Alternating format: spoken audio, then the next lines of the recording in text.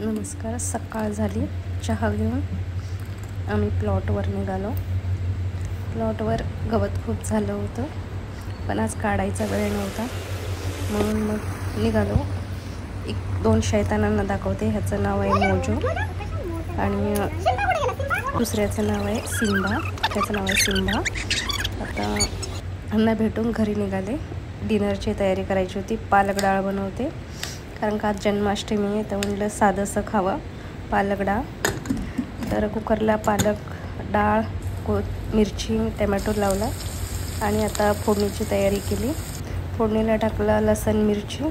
Cooker थंड झालेला, मग मीठ हळद टाकलं आणि फोडणी दिली. त्याच्यामध्ये थोडासा पालक पण टाकला फोडणीला, मिरची लसूण सोबत, आणि साईडला गरम पाणी केलं डाळीसाठी. डाळ झाली आहे रेडी. आता साईडला भात घेतला करायला. भाताचा कुकर थंड झालं, मिरची फ्राय केले आणि या जेवायला. Good night.